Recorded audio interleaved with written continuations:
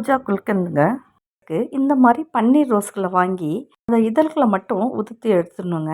எல்லாத்தையும் உதுத்தாச்சுங்க. பூச்சி மருந்தெல்லாம் தெளிச்சிருப்பாங்க. அதனால கல்லுப்பை சேர்த்து நல்லா அலசி ஒரு 5 நிமிஷம் ஊற வச்சு நிழல்லே உலர்த்தி காய வைக்கலாங்க.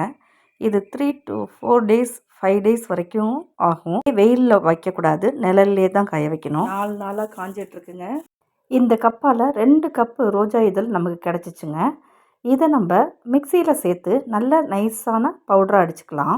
இந்தளவுக்கு இதை இந்த பவுலில் சேர்த்துக்கலாம். 2 கப்பு ரோஜா இதழுக்கு 1/2 கப்பு கல்கண்டு சேர்த்து நல்லா நைஸாக அடித்து அதோட கலந்துக்கலாங்க. என்கிட்ட இப்போ வால்நட்ஸ் இருக்குது, சேர்த்துட்டேன். முந்திரி பருப்பு இருக்குது, அதையும் சேர்த்துட்டேன். பாதாம் பருப்பையும் சேர்த்துக்கலாங்க. ஒன்றா கலந்து விட்டுடலாங்க. நான் ஒரு 100 ml போல் தேன் விட்டு கலந்து விடுறேன். வயிற்றுப்புண், வாய்ப்புண் இதுக்கெல்லாம் ரொம்ப நல்லதுங்க. ரோஜா குல்கன் ரெடிங்க.